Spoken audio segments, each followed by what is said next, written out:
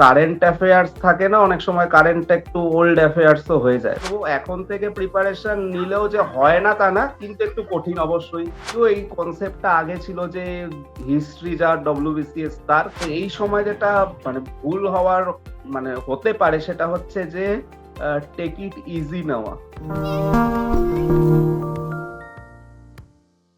নমস্কার, আপনারা দেখছেন এই সময় লাইভ। আমি শীর্ষেন্দু। টার্গেট সিভিল সার্ভিস বুধবার এই প্রোগ্রাম নিয়ে আবার চলে এসেছি আমরা বিগত বেশ কয়েকটা পর্বে মূল আলোচনা হিসেবে রেখেছি ডাব্লিউবিসিএস কে।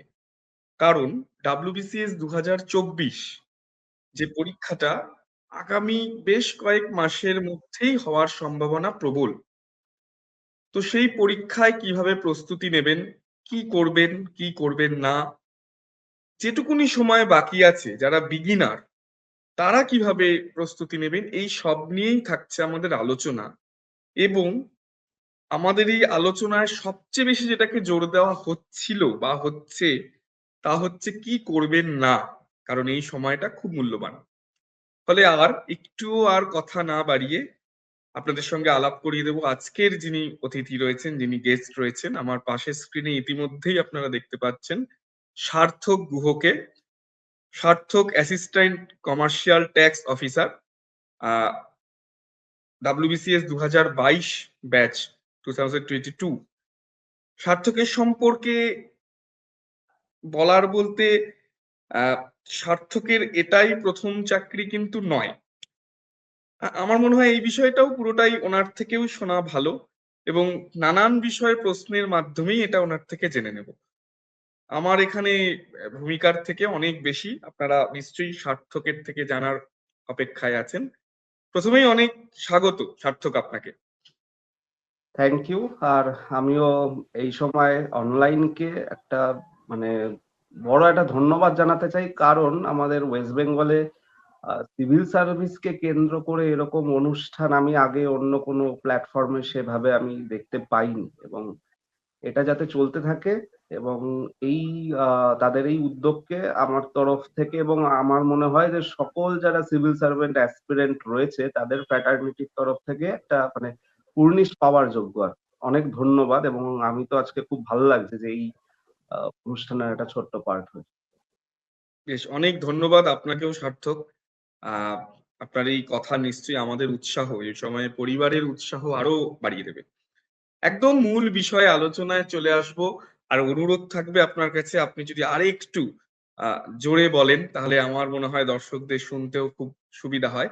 আমার আচ্ছা আচ্ছা একদম আচ্ছা আচ্ছা, প্রথম ঠিক। প্রশ্ন হুম হুম হুম হুম। আমার একদম প্রথম প্রশ্ন এই সময় কারেন্ট অ্যাফেয়ার্স আমি কিভাবে পড়বো? আমি এই সময়টা বারবার কেন বলছি, কারণ সময়টা আমার হাতে খুব কম আছে। 6 মাস আগে হয়তো আমি একভাবে পড়তে পারতাম, এখন আমি আর সেভাবে পড়তে পারবো না, আমার প্যাটার্ন চেঞ্জ করতে হবে। ফলে এখন কারেন্ট অ্যাফেয়ার্স পড়ার উপায় কি বা পদ্ধতি কি, স্ট্র্যাটেজি নেওয়া উচিত? কারেন্ট অ্যাফেয়ার্স ডব্লিউবিপিএসসির আমরা যদি প্রিভিয়াস ইয়ার দেখি ডব্লিউবিসিএস এর, সেটা কতটা এখন কারেন্ট অ্যাফেয়ার্স থাকে না, অনেক সময় কারেন্ট একটু ওল্ড অ্যাফেয়ার্সও হয়ে যায়, মানে 2-3 বছর আগের হুম, কোয়েশ্চেন সেরকম দেওয়া হয়। তো আমার ক্ষেত্রে আমি বলবো যে দেখো, এই 25 নাম্বার নিয়ে যে খুব বেশি মানে অতিরিক্ত যাতে 25 নাম্বার ফোকাস করতে গিয়ে যেগুলো আমার হাতে রয়েছে বাকি 150 নাম্বার, সেই 150 নাম্বার যাতে না চলে যায়, একটু মানে আমাদের ইনপুট আউটপুট রেশিওটা মানে আমি যতটা পরিশ্রম করব তার বদলে তো হুম, আমরা দেখছি যে খুব বেশি কারেন্ট অ্যাফেয়ার্স গত 2 বছরের লাইন আফটার লাইন হুম, কোনো একটা পিডিএফ দেখে আমরা পড়ে গেলাম, তাতে 25-এ 16 পেলাম।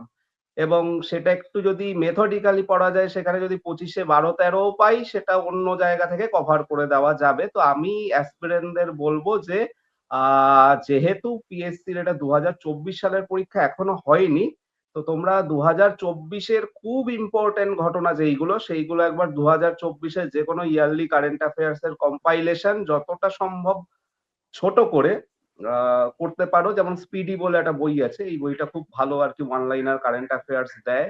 জিকে টুডের কারেন্ট অ্যাফেয়ার প্রচুর সোর্স আছে, কোনো সোর্স নিয়ে অসুবিধা নেই। 2024-এর খুব ইম্পর্টেন্ট ইভেন্ট গুলো বা খুব ইম্পর্টেন্ট পজিশন হোল্ডার যারা রয়েছেন, মানে সিএম, গভর্নর, সেইগুলো একটু আপডেট করে যেও। বিভিন্ন স্পোর্টসের যে কারেন্ট অ্যাফেয়ার্স গুলো হয়, মানে গ্র্যান্ড স্ল্যাম গুলো কোথায় হয়েছে, কোনো ওয়ার্ল্ড কাপ হয়েছে কিনা সেই বছরে, বা হলেও কোথায় হয়েছে, কারা জিতেছে, সামনে 2026-এ যে স্পোর্টিং ইভেন্ট গুলো রয়েছে তার সেটা কোথায় হচ্ছে, বা আগামী দিনে এইগুলো একটু স্পোর্টিং অ্যাফেয়ার্সটা একটু জোর দিয়ে যাও। আর 25-এর জানুয়ারি থেকে ডিসেম্বর খুব ভালো করে পড়ে নাও। যদিও আমার ব্যক্তিগতভাবে মনে হয় যে 2024-এর সালের জানুয়ারি থেকে 2025-এর জুন কি July will be enough for WBCS prelims 2024-এর জন্য। কিন্তু তোমরা তো বাকি পরীক্ষাও দেবে, ফলে হুম। খালি তো 24 দিয়ে এবার 25-এর ডব্লিউবিসিএস হবে বাকি। ফলে জানুয়ারি থেকে ডিসেম্বর যতটা সম্ভব কনসাইজ ওয়েতে, বা ধরো কোনো নতুন, মানে ধরো নতুন আমাদের ভাইস প্রেসিডেন্ট হলো, নতুন যে সিজেআই হলো তিনি কত নম্বর, বা ইলেকশন কমিশনার কত নম্বর, প্রথমকে এইগুলো করলে মোটামুটি একটা ভালো নাম্বার পাওয়া যেতে পারে, নোবেল প্রাইজ বা ইম্পর্টেন্ট প্রাইজ এইগুলো। আমি এই প্রেক্ষিতেই আরেকটা বিষয়ও জানতে চাইবো। আপনি টাইম স্প্যামটা সুন্দরভাবে একটা সাজেশন দিলেন, কিন্তু যদি আমি টপিকের কথা বলি, আপনি কিছুটা বললেন, আরেকটু যদি ডিপ ডাইভিং করি আমরা, কি কি টপিক আমার একটু পড়ে যাওয়া মানে ঝালিয়ে নেওয়া ভালো, অন্তত যেগুলো এই মুহূর্তে আপনার মনে পড়ছে। হ্যাঁ, টপিক টপিক আমার মনে হয় যে 1 নম্বর তো কারেন্ট অ্যাফেয়ার্স এর ক্ষেত্রে যে টপিক যেখান থেকে কোয়েশ্চেন আসবেই বলে আমার মনে হয় সেটা হচ্ছে স্পোর্টস। স্পোর্টস এর কারেন্ট অ্যাফেয়ার্স ডব্লিউবিসিএস এর বা পিএসসির কোয়েশ্চেনে আসে বা আসা উচিত। সেকেন্ড থিং হচ্ছে ইম্পর্টেন্ট অ্যাপয়েন্টমেন্টস, যেটা প্রেসিডেন্ট বা prime minister in world context, hmm. ওয়ার্ল্ডে যে যে জায়গায় নতুন প্রেসিডেন্ট হয়েছেন, বা যদি কোথাও দেখা যায় যে প্রথম কোনো মহিলা সেই দেশের, মানে প্রথম মহিলা প্রেসিডেন্ট হলেন, ঠিক আছে, বা হুম। হুম। মহিলা প্রাইম মিনিস্টার হলেন দেশের প্রথম, সেইগুলো একটু নজরে রাখা ভালো। ইন্ডিয়ার পিএম যে যে দেশগুলোয় আহ তিনি সফরে গেছেন, ঠিক আছে, পিএম হুম। বা প্রেসিডেন্ট, বা হুম। কোনো দেশের তরফ থেকে যদি আমাদের পিএম বা প্রেসিডেন্টকে কোনো একটা অর্ডার বা মেডেল দেওয়া হয়, সেইগুলো কোন দেশে দেওয়া হয়েছে, সেইগুলো ইম্পর্টেন্ট টপিক হবে।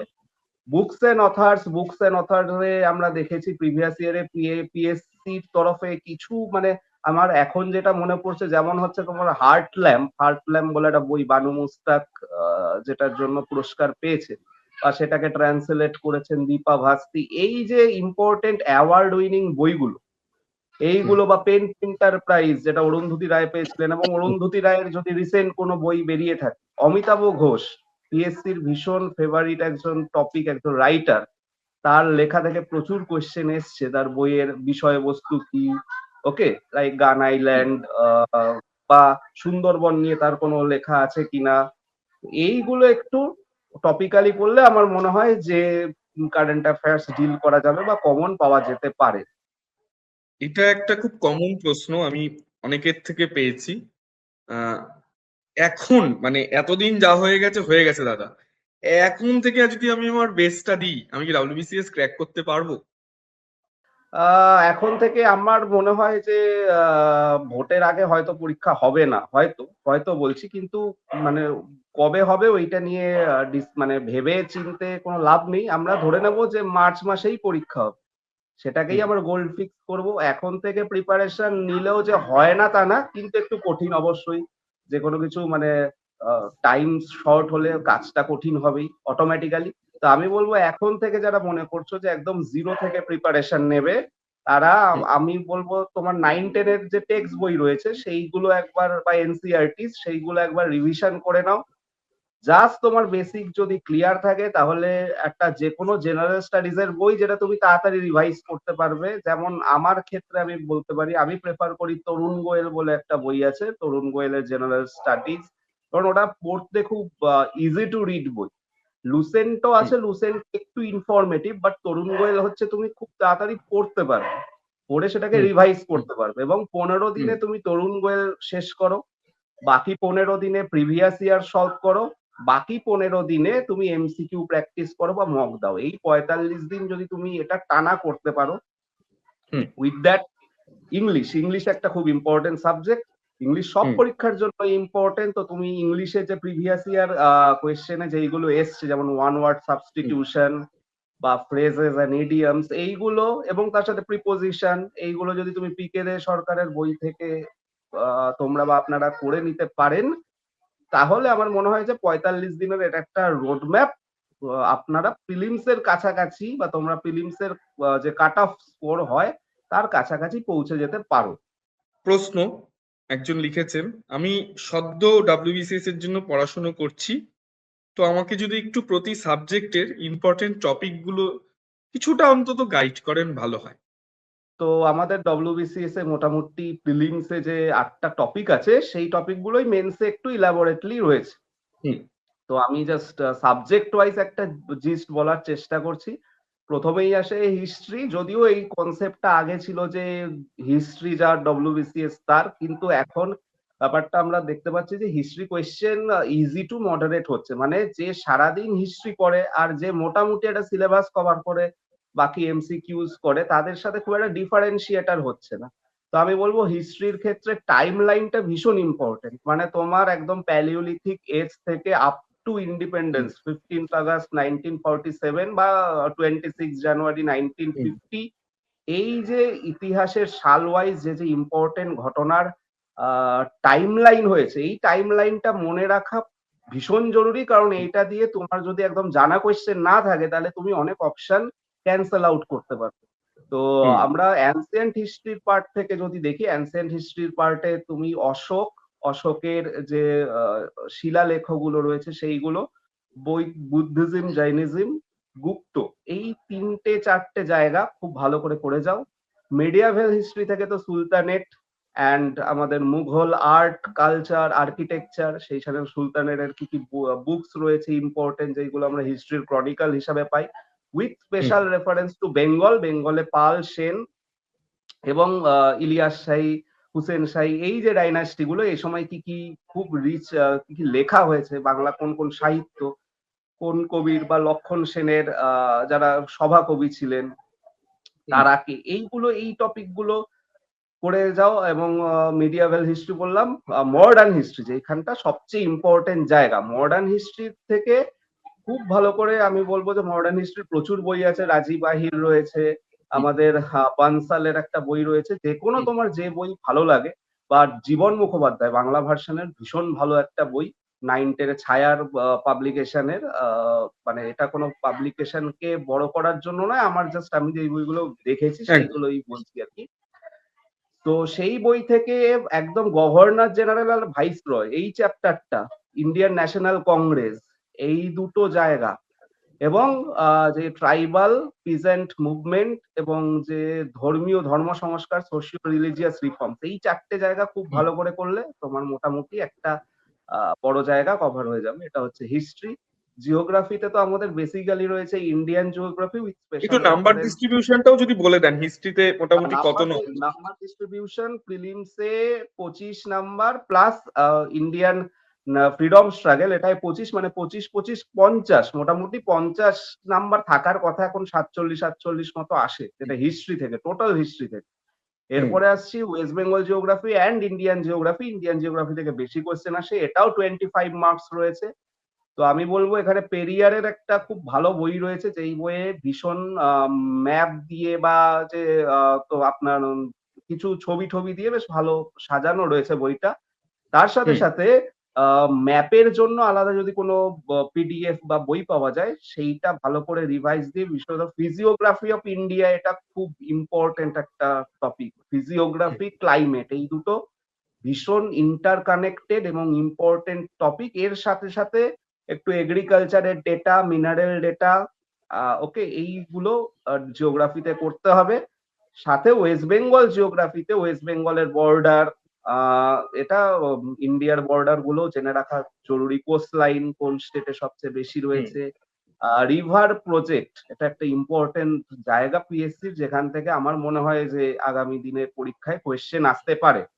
বিশেষত নর্থ ইস্টের বা জম্মু কাশ্মীরের যে রিভারের ওপর ব্রিজ বা প্রজেক্ট গুলো হয়েছে, এইগুলো তো একটা ন্যাশনাল ইম্পর্টেন্সও রয়েছে, কারণ একদম। এইগুলোর যে আমাদের যে নেইবারিং কান্ট্রি গুলো রয়েছে তার সাথে সাথে এইগুলো হচ্ছে সব জোন, যেখানে আমাদের দেখেছি নানা কাইন্ড অফ ডিসপিউট হয়েছে। ইন্দাস ওয়াটার ট্রিটি যেটা নিয়ে অপারেশন সিন্দুরের সময় আমরা প্রচুর দেখতে পেয়েছি। তো এই ইন্দাস ওয়াটার ট্রিটি কত সালে হয়েছে, কোন ৩টে নদীর পাকিস্তানের আমার মনে হয় এটা এক্সক্লুসিভ খুব রাইট, ইম্পর্টেন্ট টপিক এবার WBCS বা যে কোনো এইবার পরীক্ষার ক্ষেত্রে। এইবারের জন্য তার মানে এইগুলো বাছাই করে জিওগ্রাফি কিছুটা কিন্তু কারেন্ট অ্যাফেয়ার্স রিলেটেডও অনেক সময় ডিরেক্টলি বা ইনডিরেক্টলি কোয়েশ্চেন আসে। তো এইগুলো আর এনভায়রনমেন্ট একটা যেমন ডক্টর গাডগিল কিছুদিন আগে মারা গেলেন। হুম, তো তিনি যে ওয়েস্টার্ন ঘাটের ওপর কাজ করেছেন, গাডগিল কমিটি কিসের সাথে রিলেটেড এই কোয়েশ্চেন আমরা কিন্তু প্রিভিয়াস ইয়ারেও এসছি। উনি যেহেতু একদম মারা গেলেন তাই এটা আবার কন্টেম্পোরারি অ্যাফেয়ার্স হয়ে গেল। মনে হবে যে এটা কারেন্ট অ্যাফেয়ার্স না, বাট এটা কিন্তু এখন একটা কন্টেম্পোরারি অ্যাফেয়ার্স। এখান থেকে আগামী দিনে যেকোনো বছরে মানে প্রিলিমস হোক বা মেইনস হোক কোয়েশ্চেন আমরা এক্সপেক্ট করতে পারি। এইভাবে যদি কানেকশনটা করে নেওয়া যায় তাহলে আমার মনে হয় কারেন্ট অ্যাফেয়ার্সও ইন্টারেস্টিং হবে, প্লাস সাথে আমার জিওগ্রাফি স্টাডিটাও হয়ে যাবে, মানে কভার এরিয়াটা কভার হয়ে যাবে। মানে আমি একদম কারেন্ট অ্যাফেয়ার্স পড়তে পড়তে এর সাথে লিঙ্ক করে গেলাম, মানে আমি যতটা ইনপুট দিলাম তার চেয়ে কিন্তু অনেক বেশি আউটপুট পেলাম। এই রেশিওটা একদম মেনটেন করলে আমার মনে হয় জিওগ্রাফি এইটা হলো।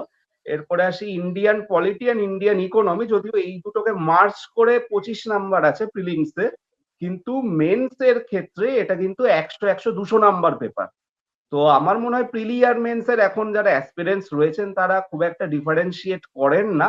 তবুও আমি প্রিলির জন্য বলি ইন্ডিয়ান ইকোনমিতে প্রথমত ইকোনমি নিয়ে অনেকেরই একটু ভয় বা কিছু থাকে, কিন্তু ইকোনমি উইল বি দা ডিফারেন্সিয়েটার। এতগুলো সাবজেক্ট যেইগুলো বললাম সবাই মোটামুটি মানে কমফোর্টেবল জোন আর কি। ইন্ডিয়ান ইকোনমি জোন থেকে একটু শুরু হয়, যেইখানে যেই জিনিসটা মানে তুমি পড়লে বাকিদের থেকে এগিয়ে যেতে পারো। ইন্ডিয়ান ইকোনমির জন্য 5 ইয়ার প্ল্যানিং নম্বর একটা খুব ইম্পর্টেন্ট চ্যাপ্টার, যেটা প্রিলিমসে প্রত্যেক বছর কোয়েশ্চেন আসে। গভর্নমেন্ট স্কিম, সেন্ট্রাল গভর্নমেন্ট 2014 পরে যে যে ইম্পর্টেন্ট স্কিম গুলো আছে তার প্রায় বা রিসেন্ট যেইগুলো হয়েছে আর কি, ঠিক আছে, পিএম বিশ্বকর্মা বা লাখপতি দিদি বা কোনো মানে স্টেটে কোনো একটা স্কিম হয়েছে যেগুলো ওমেন এম্পাওয়ারমেন্ট রিলেটেড, লাডলি বেহেন যোজনা, এইরকম এইগুলো খুব ভালো করে করতে হবে। 2014 আগে যেই স্কিম গুলো রয়েছে যেগুলো এখনো মাঝে মাঝে খবরে আসে, যেমন মানরেগা, ঠিক আছে, তার নাম চেঞ্জ হওয়ার কথা বা চেঞ্জ হওয়ার কথার ঘোষণা হয়েছে, এইগুলো সব তার মানে কারেন্ট অ্যাফেয়ার্স এর মধ্যে পড়ে গেল, ঠিক আছে। পিএম আওয়াজ হুম, যেগুলো খবরে, মিড হুম, ডে মিল, আইসিডিএস, এই ইম্পর্টেন্ট স্কিম গুলো, প্লাস ওয়েস্ট বেঙ্গল গভর্নমেন্টের স্কিম একদম মানে খুব ভালো প্রস্তুত করে রাখতে প্রত্যেকটা পয়েন্ট সমেত এইগুলো ভালো করে করতে হবে। পলিটির জন্য তো পলিটির বাইবেল বলে লক্ষ্মীকান্ত, লক্ষ্মীকান্ত পড়তে পারো তোমরা। হুম, লক্ষ্মীকান্তের ইম্পর্টেন্ট আর্টিকেল গুলো, তার মধ্যে আমার মনে হয় এবছরে প্রেসিডেন্ট, পার্লামেন্ট, এই চ্যাপ্টারটা যদি ভালো, আর হচ্ছে ফান্ডামেন্টাল রাইটস, এই 3টে চ্যাপ্টার যদি ভালো করে করা যায় আমার মনে হয় যে প্রিলি কেন মেন্স এরও অনেক কিছু ইনপুট তোমরা পাবে। তার সাথে সাথে কোর্ট কেসেস, কারণ ফান্ডামেন্টাল রাইটস এমন একটা চ্যাপ্টার যেই চ্যাপ্টারের সাথে কোর্ট কেসের ভীষণ টাই আপ আছে, এবং কোর্ট কেস যদি আপনারা পড়েন, তোমরা পড়ো, তাহলে তোমার ওই আর্টিকেল গুলো সম্পর্কে ক্ল্যারিটি তৈরি হবে। একদম এই জায়গাগুলো পলিটি ইকোনমি হলো। আর এবারে হচ্ছে সবচেয়ে ইম্পর্টেন্ট যেটা হচ্ছে সায়েন্স। আমি বলবো এই কারণে সবচেয়ে ইম্পর্টেন্ট কারণ এখন এই পেপারটা কিন্তু এখন যেভাবে কম্পিটিশন বাড়ছে এই পেপারটা কিন্তু অনেকের কাছে অ্যাকিলিস হিল বলে, যে এইখানে মানে সব পাচ্ছে কিন্তু এই জায়গাটায় হিট করলে আর পারছে না। তো আবার অনেকের কাছে এটাই হতে পারে অ্যাপেল অফ দ্য আই, মানে তোমার মেক অর ব্রেক যেটাকে আমরা বলি। তো এই জেনারেল সায়েন্স পড়ার জন্য সবাই তো সায়েন্স ব্যাকগ্রাউন্ডের নয়। তো হুম, আমার মনে হয় 9-10 এর ফিজিক্যাল সায়েন্স, লাইফ সায়েন্স বই, এই দুটো বই বাংলা বোর্ডে, বাংলা যদি পড়তে পারো বাংলায়, কিন্তু যেহেতু মেন্সে ইংলিশে কোয়েশ্চেন আসে, কিছু হুম, টার্মিনোলজি যেটা হয়তো মানে বায়োলজির বা সেগুলো বাংলায় পড়লাম ইংলিশে, যদিও এখন প্রত্যেকটা বই ব্র্যাকেটে লেখা থাকে। তো আমি এক্ষেত্রে বলবো বাংলা বা ইংলিশ যেকোনো ভার্সন এনসিইআরটি পড়তে পারলে খুব ভালো। 9-10 এর বইটা খুব ভালো করে পড়ো। অনেক সময় সায়েন্সে পড়ে কনসেপচুয়াল ক্ল্যারিটি আসে না।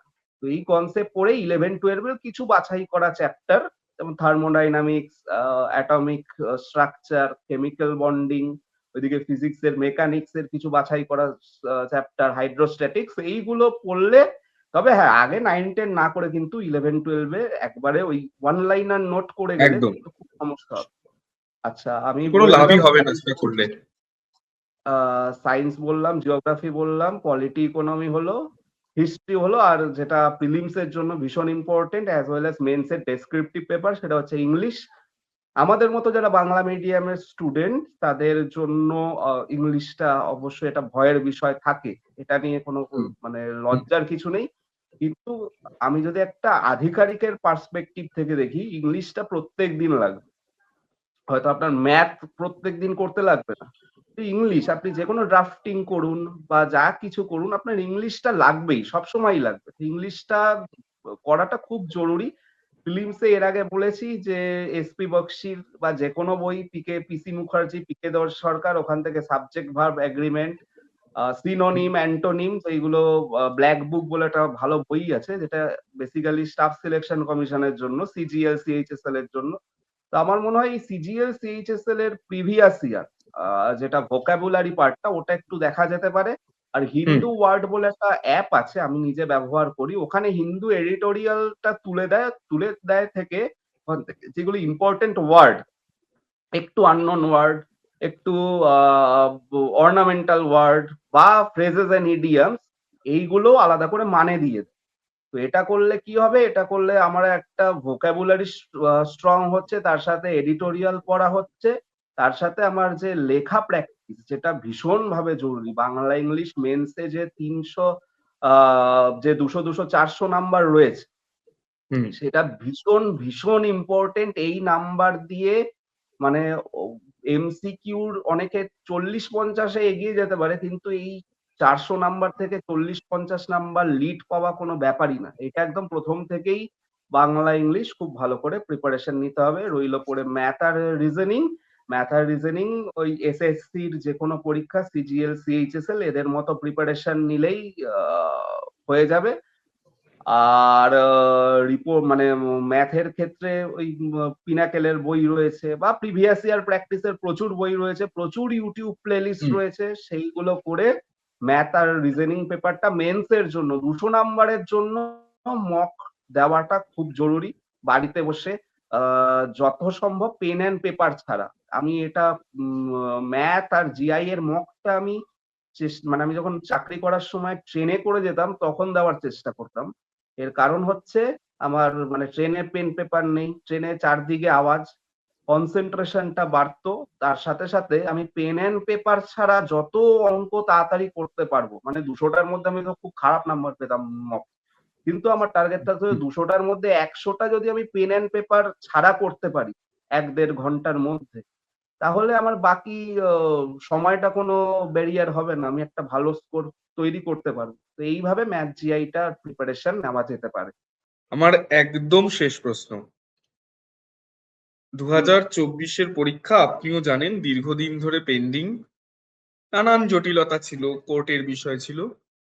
তো আমি উৎসাহ হারাচ্ছি এবং কোথাও একটু ফোকাসটা আমার সরে যাচ্ছে। কোনো সময় আমি ভাবছি আরো দেরি আছে পরীক্ষার, কোনো সময় আর পড়তেই ভাল লাগছে না, মনে হচ্ছে আদৌ পরীক্ষাটা হবে তো। কি সাজেশন থাকবে আপনার? আমার একটাই সাজেশন থাকবে যে এই সময় যেটা মানে ভুল হওয়ার মানে হতে পারে, সেটা হচ্ছে যে টেক ইট ইজি নেওয়া। মানে পরীক্ষা হচ্ছে না, আবার যখন হওয়া শুরু করবে তখন আমরা দেখবো হয়তো আমাদের প্রিপারেশনটাই হলো না ঠিক করে। এবং আমি বলবো যে সোশ্যাল মিডিয়ার নেগেটিভিটি থেকে নিজেকে দূরে রাখা। কারণ পরীক্ষা হচ্ছে না, সেইটা আমরা মানে আমরা টেনশন করে সেই পরীক্ষাটা হওয়াতে পারবো না। ১ নম্বর, পরীক্ষাটা সবকিছুরই আ পজিটিভ নেগেটিভ কিছু আছে। দেরি করে হচ্ছে মানে আরো বেশি সময় পাচ্ছ তোমরা। হুম, এর সাথে সাথে আরেকটাও কথা বলতে চাই, এর আগে আমরা যেটা দেখতাম যে ২২-এর পরীক্ষায় ধরুন যারা সিলেক্টেড হলো, তারা কিন্তু সবাই ২৩-এর পরীক্ষাও দিয়ে রেখেছিল, পরপর পরীক্ষা হওয়ার সময়। তো ২৪-এ এইটা একটা কিন্তু ভালো জিনিস হবে যে ২৩-এর ABCD প্রায় আশা করি, এবং ২২-এর তো রেজাল্ট প্রায় বেরিয়েই গেছে ডি বাদে। মানে ২৩-এর যারা ভালো, ভালো ক্যান্ডিডেট, তারা কিন্তু আর রিপিটেড ক্যান্ডিডেট হওয়ার চান্স কম, যারা AB group A, group B তে নিজের মনের মতো চাকরি পেয়ে গেছেন। ফলে তারা প্রিলিমসে না বসা মানে একটা কিন্তু কম্পিটিশন কমা। আবার কোথাও টাইম বেশি পাচ্ছে সবাই, সবাই প্রিপারেশন বেশি পাচ্ছে বলে সেক্ষেত্রে আ একটা কম্পিটিশন বাড়ারও ব্যাপার আছে। যেমন পজিটিভও আছে তেমন নেগেটিভও আছে। তো নেগেটিভ আমি আছে। বলব যে সোশ্যাল মিডিয়া থেকে একটু দূরে সরে, অবশ্যই সবার করা দরকার যেইটুখানি মানে বন্ধু বান্ধবের জন্য যেইটুখানি করা দরকার, কোন রকম নেগেটিভিটিতে কান না দিয়ে নিজের সাথে নিজের জন্য একটা রুটিন তৈরি করতে, যে আমি কোনটা করলে আমার কাজে দেবে। আমার টেনশন করলে আমার কোনো কাজ হবে না। পরীক্ষার সময়ই হবে। তাহলে আমার হুম, হাতে যেইটুখানি আছে সেটা হচ্ছে নিজেকে গ্রুম করা। তো এই সময় বলব নিজেকে গ্রুম করো বা করুন, এবং যেইগুলো লুপ হোল আছে, যেইগুলো আপনার মনে হয় যে আরেকটু একদম। ব্রাশ আপ দরকার, সেইগুলো করুন। ব্যাস। আর টেনশন বেশ। করে কিছু কাজ নেই। মানে যেকোনো ভালো কাজেই টেনশন হবে। এমন কোনো কাজ নেই যে সময় মানে যখন ১ বলে ৬ দরকার, যে ব্যাট করে তার মনে টেনশন থাকে, যে বল করে তার মনেও টেনশন থাকে। যে ছক্কাটা মারতে পারবে ওই টেনশনের মধ্যে থেকেই তাকেই আমরা মনে রাখবো। এই আরকি। একদম, একদম। অনেক ধন্যবাদ সার্থক আপনাকে। আমার মনে হয় থ্যাংক আমরা অনেকটা সময় বাদে টপিক ধরে ধরে আলোচনা করলাম এবং সেটা অত্যন্ত হেল্পফুল, কারণ আপনি অত্যন্ত গভীরে গিয়ে এবং একদম কিছু মিথ ভেঙে জাস্টিফাইড কিছু আলোচনা করেছেন। আবারও ধন্যবাদ আপনাকে। আর আপনারা দেখতে থাকুন এই সময় লাইভের এই বিশেষ অনুষ্ঠান টার্গেট সিভিল সার্ভিস। পরের পর্বে আসছি আরো একজন বিশেষ অতিথি নিয়ে, ডাব্লিউবিসিএস বা ডাব্লিউবিসিএস সংক্রান্ত আরো নানান বিষয়ে আলোচনায়। অবশ্যই চোখ রাখতে হবে এই সময় লাইভে।